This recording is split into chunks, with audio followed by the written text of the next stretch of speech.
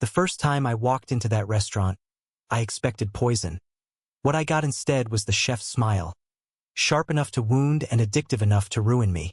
Some people say love sneaks in quietly, but mine barged in wearing a white chef's jacket and arrogance tailored to perfection. I was not there for pleasure.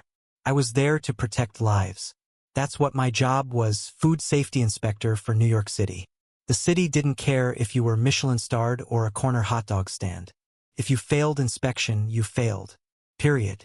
I'd closed down more than one proud kitchen in my career, and I wore the reputation like armor. But the moment I stepped into Maison d'Etoiles, one of the most exclusive French restaurants in Manhattan, I knew this assignment would be different. Everything gleamed. The polished marble floors, the towering wine racks, the chandeliers dripping crystal light over tables where the city's elite whispered secrets over oysters and champagne. And then he appeared. Ethan Moreau, the head chef, heir to a French culinary dynasty, and living proof that arrogance could be sculpted into human form. He wasn't just beautiful, he was infuriatingly so.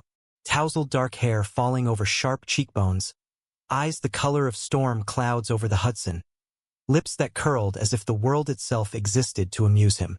He carried himself like a man who owned not just the kitchen, but the air around him. Inspector. His voice dripped with mockery as he shook my hand, deliberately late to greet me. Or should I call you executioner? I heard you've been closing down more restaurants this year than the health department likes to admit. I met his smirk with a steady stare. Call me whatever you like. My job is to make sure nobody dies eating your food. A hush had fallen over the kitchen staff, eyes darting between us as though expecting sparks or knives. Ethan leaned closer, the scent of rosemary and smoke clinging to him. Then by all means, taste it yourself. Unless, of course, you're afraid my food will be too much for you. The challenge hung in the air, heavy, daring. I should have dismissed him cold and professional. Instead, something in me stirred, something reckless. Fine, I said. Serve me. His smirk deepened, but in his eyes, something flickered. Something softer. Something I didn't yet understand. The first dish was perfection, of course. Seared scallops with saffron cream, each bite dissolving like silk. I wrote notes in my little black book, pretending not to notice how his gaze burned into me with every swallow. You don't smile when you eat, he remarked, leaning on the counter, watching me like a hawk. Why should I? I replied without looking up. Because food is joy. If it doesn't make you feel something, it's dead on the plate. Like you. I froze. My pen scratched against paper a little too hard. Dead on the plate. That's how he saw me? Maybe he wasn't wrong. My job demanded distance, demanded walls, demanded the kind of emptiness that kept me safe. But it wasn't his place to see it. I shot him a glare. And arrogance doesn't make food taste better. Or people, for that matter. For the first time, his smirk faltered. Only a second, but I saw it. Over the next week, the inspection stretched on. Maison d'Etoiles wasn't an ordinary kitchen, and Ethan wasn't an ordinary chef. Every day I returned, partly because I had to, partly because something in me couldn't stay away. He cooked, I inspected. He mocked, I retorted. Somewhere between saffron risottos and midnight soufflés, the insults began to soften, like butter under heat. I caught glimpses of him when he wasn't performing for his staff. Hands steady but eyes heavy with exhaustion. Shoulders tight from carrying more than just his knives.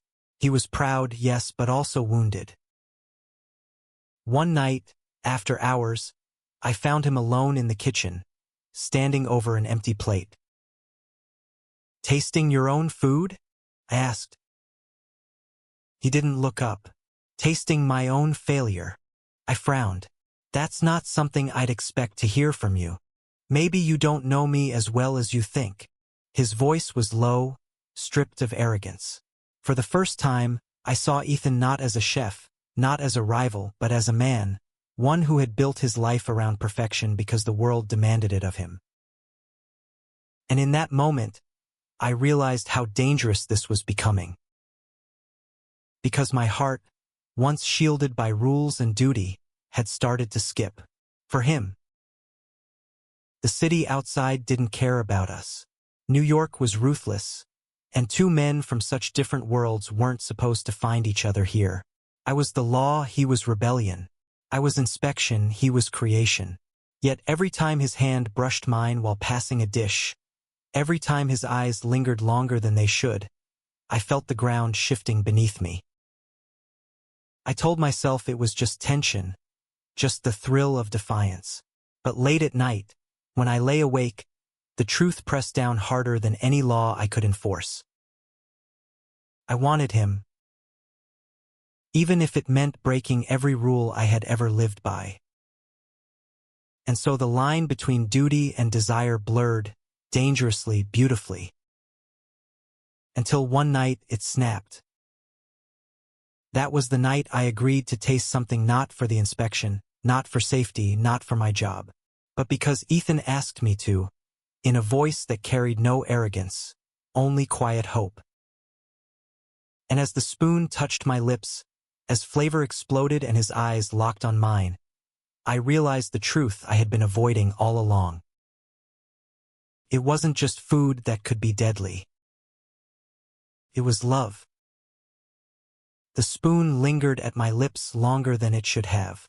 Ethan's food was flawless, of course. But it wasn't just flavor I tasted that night. It was risk, it was surrender, it was him. He noticed. He always noticed. "You're different when you let yourself feel," he murmured, his voice quieter than I'd ever heard it. His arrogance was stripped away, and for the briefest moment, I glimpsed the man beneath, the one no one else in this city probably got to see.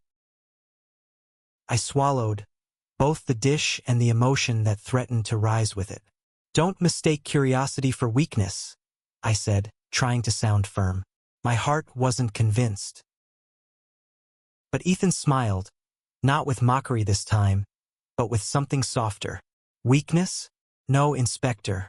That was the strongest thing you've done since walking through my doors." And that's when I knew I was in trouble. The days blurred into nights. What had started as a formal inspection stretched into a strange intimacy. I wasn't sure if I was prolonging the process or if he was deliberately dragging it out, but neither of us seemed eager for it to end. During the mornings, I wore my badge like armor, striding through the kitchen with authority, pointing out every potential violation, every speck of dust on a countertop. But in the evenings, when the dining hall quieted and the chandeliers dimmed, that armor cracked. I stayed longer than I should have. Ethan cooked for me. Not dishes on the menu, but experiments, risks, pieces of himself hidden behind flavors. I tasted them all, jotting meaningless notes while my chest tightened in ways I didn't want to name. "You hide behind your job," he said one night as I finished a dish of slow-braised lamb. His tone was even, but his eyes burned with challenge. "You think you're protecting yourself, but really you're starving." "Starving?" I scoffed, wiping my mouth with deliberate calm. "I've tasted more meals than you can imagine. If anything, I'm overfed." He leaned closer across the counter, his voice dropping. I wasn't talking about food. The silence that followed was unbearable. My throat tightened. I shoved the notebook closed and stood. "This isn't professional," I muttered, refusing to meet his gaze. But he only smirked faintly, not in cruelty, but in certainty. "No, Inspector, it's not." And that terrified me more than anything. Word spreads quickly in New York, especially in the culinary world. By the second week, whispers began to circulate. About the inspector who lingered too long at Maison d'Etoiles. About the chef who seemed softer, distracted. My boss called me in for a meeting. "You're spending too much time at Moreau's place," he said flatly, flipping through a report. "What's the delay? Either you find a violation or you don't." But this isn't a social call. I clenched my fists beneath the desk. I'm thorough. That's why you hired me. He gave me a look sharp enough to cut glass. Thorough is one thing. Compromised is another. Don't forget who you work for. We don't care about their reputation, their stars, or their money. If you let personal feelings cloud your judgment, people could get hurt. The warning hit harder than I wanted to admit, because deep down, I knew it was already happening. That night, I tried to keep my distance. I told myself I would go in, finish the final report, and walk away. Clean break. No looking back.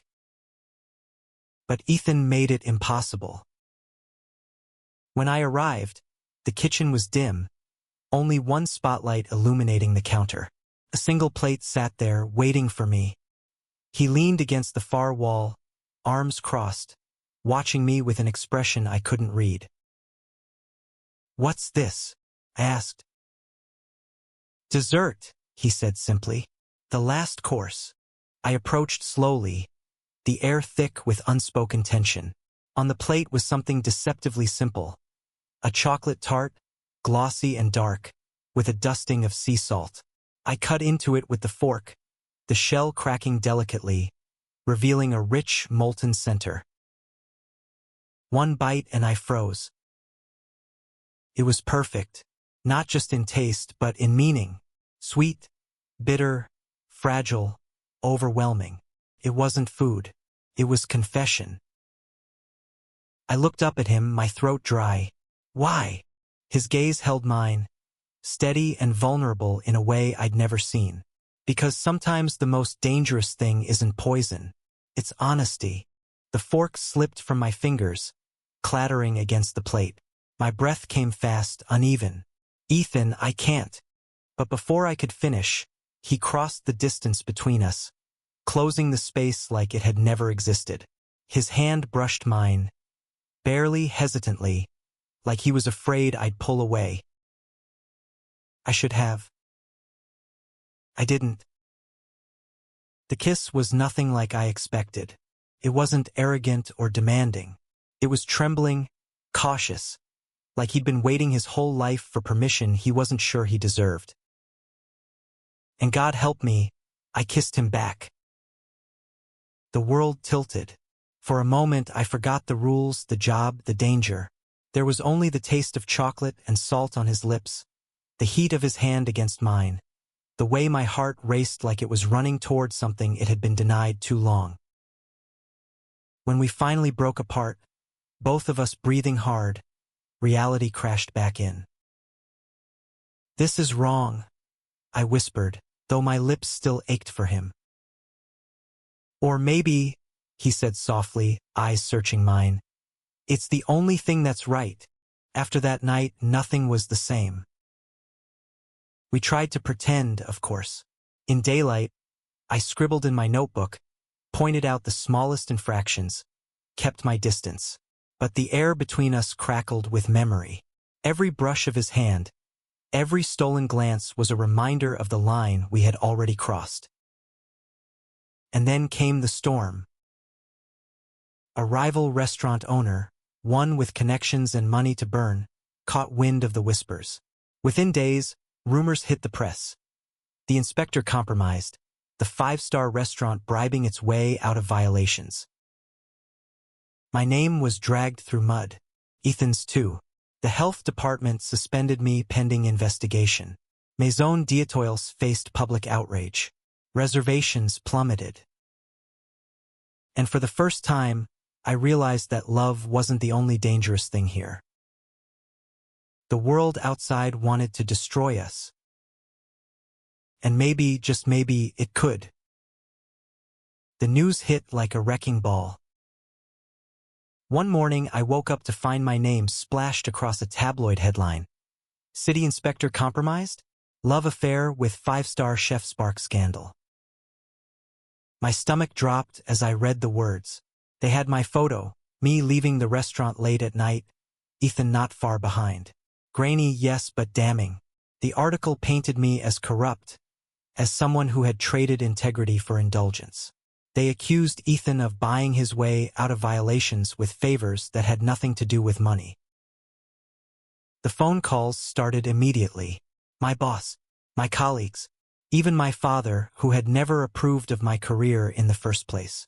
Their voices rang with disappointment, suspicion, and worst of all, pity. By noon, I was suspended.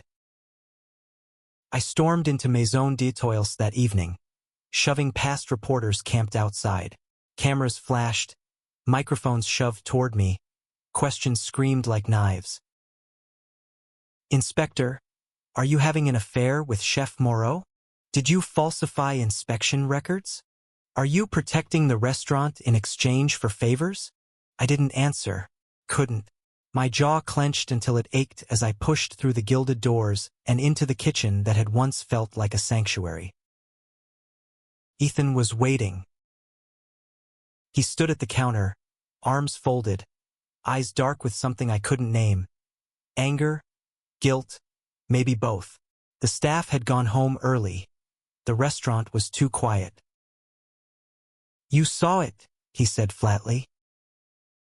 I saw it, I confirmed. My voice was colder than I felt. He exhaled sharply, raking a hand through his hair. They'll tear us apart. They already have. I stepped closer, slamming my folder onto the counter. You knew this could happen. You taunted me, pushed me, made this into a game. Now it's my career on the line. His eyes snapped up, blazing. And what about me? You think this doesn't destroy me too? This restaurant is my life. My family's name. Everything I've built is crumbling because of a rumor neither of us wanted. I flinched. Didn't we? The words hung heavy. For a moment, neither of us spoke. The weight of what we'd done. The kiss, the stolen moments, the feelings we couldn't deny, pressed down like a blade. Finally, he whispered, "Do you regret it?" The silence stretched, unbearable. My throat tightened. I should have said yes. I should have protected myself. But looking into his storm-gray eyes, I couldn't lie. No. His chest rose and fell sharply. For a second, his mask cracked and I saw the man beneath. The boy who carried too much, who had learned to hide behind arrogance because the world respected nothing else. Then we fight, he said, voice steady with conviction. Together. But fighting wasn't simple. The investigation opened fast and brutal. Every record I'd written, every restaurant I'd inspected, every signature I'd left behind was scrutinized. The department wanted a scapegoat, and I was the perfect candidate. Ethan, meanwhile, faced sabotage from competitors. Anonymous health complaints filed daily, protesters chanting outside his doors, wealthy clients canceling reservations. We met in secret, no longer able to linger in his kitchen the way we had before. Some nights it was on the fire escape outside my apartment. His white chef's jacket traded for a plain hoodie, his face hidden beneath a cap. Other nights, it was the rooftop above the restaurant, where the city lights flickered like stars that had forgotten how to shine. Why do you do it? I asked him one night, watching him smoke a cigarette against the skyline. Cook? He asked. Live like this, carry all this weight, the pressure, the expectations, the name.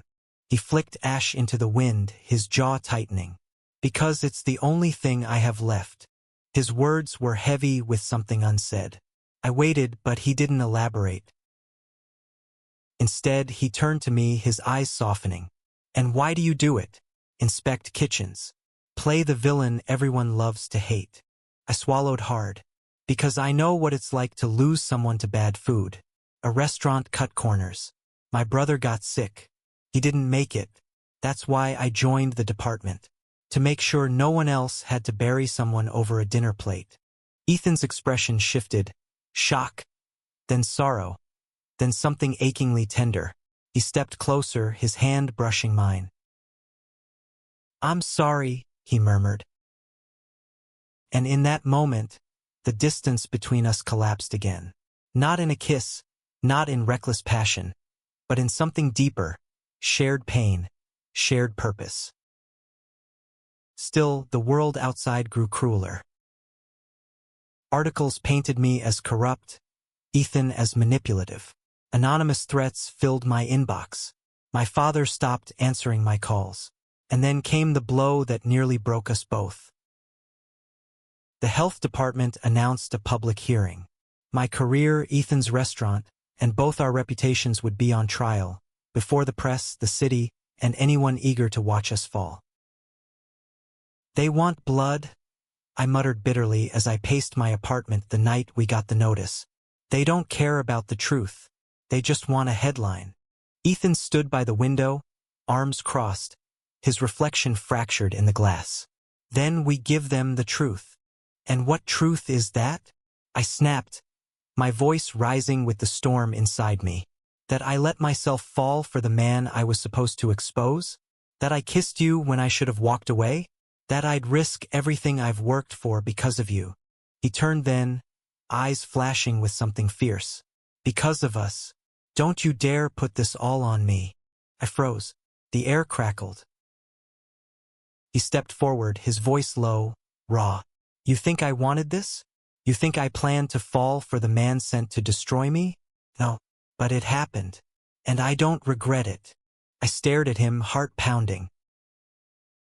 "I don't regret it either," I whispered. And that was the truth. Even if it ruined us. The night of the hearing, the city buzzed with anticipation. The courtroom was packed. Reporters, rivals, strangers hungry for scandal. Ethan sat beside me, his hand brushing mine beneath the table, unseen but steady. When the questioning began, it was brutal. "Inspector, were you or were you not seen leaving the restaurant after hours?" "Yes." "Did you or did you not accept meals from Chef Moreau outside the course of inspection?" "Yes." "Did you falsify any records in favor of Maison d'Etoiles?" "No." Each answer was a knife cutting deeper. My reputation bled with every word. But I refused to look away. I refused to let them break me. And then they turned to Ethan. "Chef Moreau, are you in a personal relationship with this inspector?" The room hushed. Cameras flashed. Ethan glanced at me. My chest tightened. This was the moment, the line between survival and ruin. He could deny it. He could save himself. But instead he said, "Yes." Gasps rippled through the room. "Yes," he repeated firmly, his voice echoing. "I am. And if that makes me guilty in your eyes, so be it. But I will not lie about the one good thing to come out of this nightmare." My breath caught. The world blurred. For the first time since this began, I felt something stronger than fear. Hope. The courtroom buzzed like a hive after Ethan's admission. His voice still echoed in my ears. "Yes, I am." He had chosen truth, chosen me in front of the city. And though it should have broken us, it bound us tighter. But the storm outside only grew fiercer. The newspapers devoured his words, twisting them into headlines. "Five-star chef confesses love affair with inspector." Some framed it as scandal, others as tragedy, a few even as bravery. Social media exploded. Half the city called for our downfall, the other half whispered about forbidden romance like it was a Broadway drama playing out in real time. Still, the hearing dragged on. And with it, skeletons rattled out of closets we hadn't wanted to open. It started with whispers about Ethan's family. The Moreau dynasty was culinary royalty, but not spotless. Decades back, his father had been accused of covering up a food poisoning scandal in Paris. A handful of diners hospitalized, one of them dead. The case had never gone to trial, swept beneath influence and wealth, but the stain lingered. When the investigators dug deeper, they unearthed lawsuits, quiet settlements, whispers of corruption. And through it all, Ethan's name was tied by blood. One prosecutor leaned forward during questioning, his words sharp as a cleaver. Chef Moreau, how do we know you haven't inherited your father's lack of integrity? Cover-ups run in your family. Why should we believe you're different? The room tensed. Ethan's jaw locked, but he said nothing. His hands curled into fists on the table. I couldn't stay silent. Because he is different, I snapped before I could stop myself. All eyes turned to me, but I pushed forward. I've inspected dozens of kitchens. I've seen negligence, shortcuts, carelessness. But not here. Not with him. Maison d'Etoiles runs cleaner than most hospitals in this city. And that's not for show. It's because Ethan Moreau would burn his own career to protect the people he feeds. My outburst silenced the room. Ethan's eyes flickered to me, gratitude tangled with pain. But the prosecutor smirked coldly. Inspector, you're hardly unbiased, are you? The gavel banged. Order was called. But the seed of doubt had been planted. That night we met on the rooftop again. The city sprawled below, restless, indifferent. Ethan leaned against the railing, his face shadowed by the glow of passing taxis far below. You shouldn't have defended me, he muttered. Shouldn't I? I shot back. He turned, eyes flashing. It only made you look guilty, like you're blinded, like I've corrupted you. Maybe you have, I said bitterly. Maybe you've made me realize that following rules without question doesn't always equal justice. He froze, staring at me as though he'd never truly seen me before. You'd risk everything for me? I exhaled shakily. I already have. The air between us tightened, pulling us closer. His hand brushed mine, hesitant but lingering. For once, he didn't smirk, didn't play the arrogant chef. He just looked tired, human, breakable. Do you know why I fight so hard for this restaurant? He asked softly. Because it's your family's legacy, I answered automatically. He shook his head. No, because it's all I have left of my mother. She died when I was 15. Food was her love language. She taught me that a dish could heal, that flavors could speak what words never could. My father, he didn't care. He cared about power, reputation. But my mother cared about people. Every plate I serve, every sleepless night in this kitchen. It's for her. His voice cracked. My chest ached. And suddenly, his arrogance made sense. It wasn't pride. It was armor. The same kind I wore with my badge. I touched his hand, fully this time. Then let's not let them take it away from you. From us. For the first time, Ethan didn't argue. He leaned into me, resting his forehead against mine, as if sharing the weight. The hearing stretched on for weeks. Evidence mounted, questions sharpened, pressure crushed us.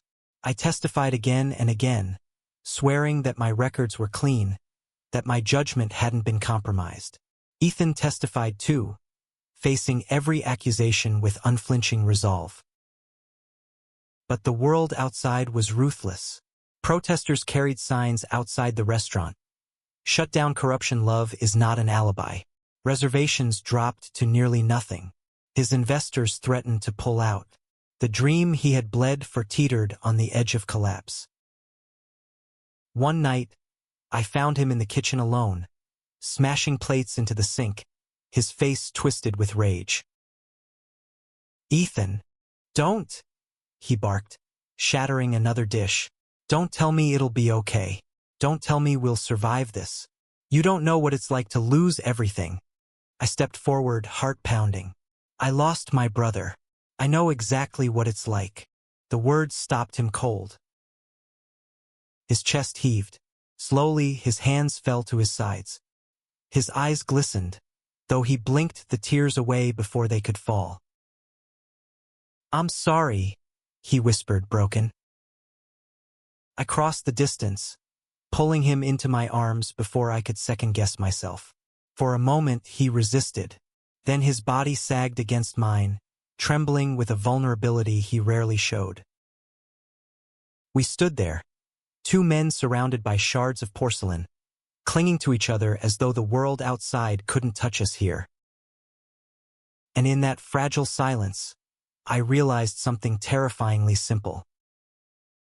I loved him.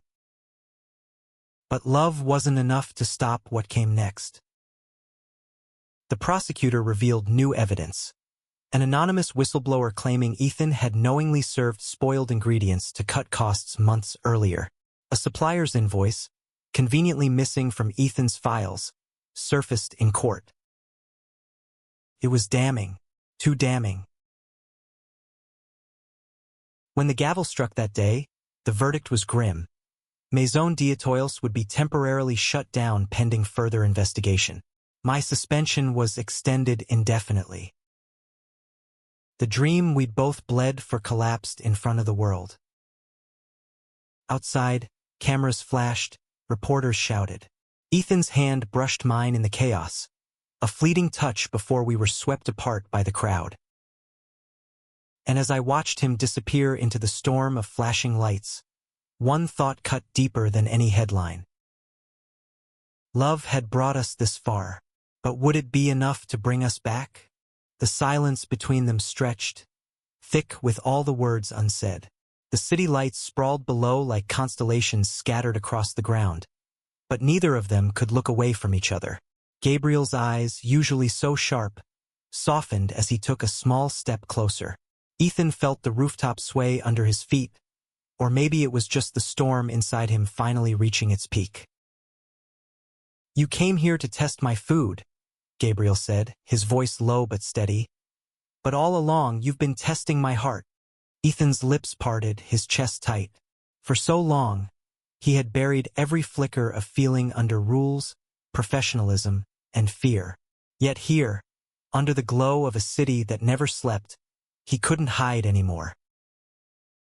"You drive me insane," Ethan whispered, his voice almost breaking. "Every time you look at me, every time you argue with me, every time you dare me to be more than who I am, I feel like I'm burning alive." Gabriel's smile was pained, fragile, but real. He closed the distance between them until their breaths mingled. "Then let's burn together." The kiss was inevitable, fierce, desperate, trembling with the weight of everything they had denied. For once, Ethan didn't think about consequences, didn't think about who might see, didn't think about what tomorrow would demand. For once, he simply lived. And it was freedom. The next morning, Ethan woke to the quiet of Gabriel's apartment. Sunlight filtered through tall windows, falling on scattered sketches of dishes and handwritten notes pinned haphazardly to the walls. He sat up slowly, realizing Gabriel was still asleep beside him, hair a mess, lips curved into the faintest smile. For the first time in years, Ethan felt weightless. Not because the world had changed, but because he finally had the courage to face it. But reality came knocking sooner than he expected. His phone buzzed. Messages from his department, reminders of protocols, whispers of rumors already spreading about him and the chef. He stared at the screen, his chest tightening, until Gabriel stirred awake and touched his hand gently. "You're scared," Gabriel said softly, no judgment in his tone. "I could lose everything," Ethan admitted, his throat raw. "My job, my reputation. My family still believes I'm someone I'm not." Gabriel's hand lingered on his. "Then let them. You don't have to prove anything to anyone but yourself. You deserve love, Ethan. You deserve to be happy." The days that followed were not easy. Inspections grew tense, whispers followed Ethan down office hallways, and journalists circled the restaurant, hungry for scandal. Yet every night, Gabriel stood by him, defiant and unshaken. One evening, when things seemed unbearable, Ethan broke. He stood in Gabriel's kitchen, fists trembling, unable to speak through the storm of doubt and fear. Gabriel simply pulled him close, resting his chin on Ethan's shoulder.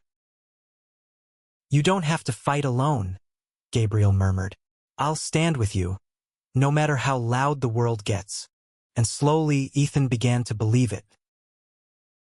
Months later, at the reopening gala of the restaurant, newly awarded a Michelin star, Ethan stood by Gabriel's side, no longer hiding. The crowd applauded as Gabriel dedicated the night not only to his team but also to the person who taught me that sometimes the most important risks aren't in the kitchen but in the heart. Ethan's chest ached as pride and love swelled within him. When the evening wound down, they slipped outside, away from the noise. Gabriel laced their fingers together with an ease that felt like home. "Still think I'm arrogant?" Gabriel teased. Ethan laughed softly, his heart steady in a way it had never been before. "You're still arrogant, but you're mine." Gabriel kissed him again, not with desperation this time, but with certainty, like a promise they would keep building together, no matter what tomorrow brought. And for the first time, Ethan knew. Love wasn't something to fear, or hide, or test. It was something to live boldly and completely. The city lights gleamed around them, but Ethan only saw Gabriel. And that was enough. Thank you for listening. If you find it interesting, please like and subscribe to follow the next stories.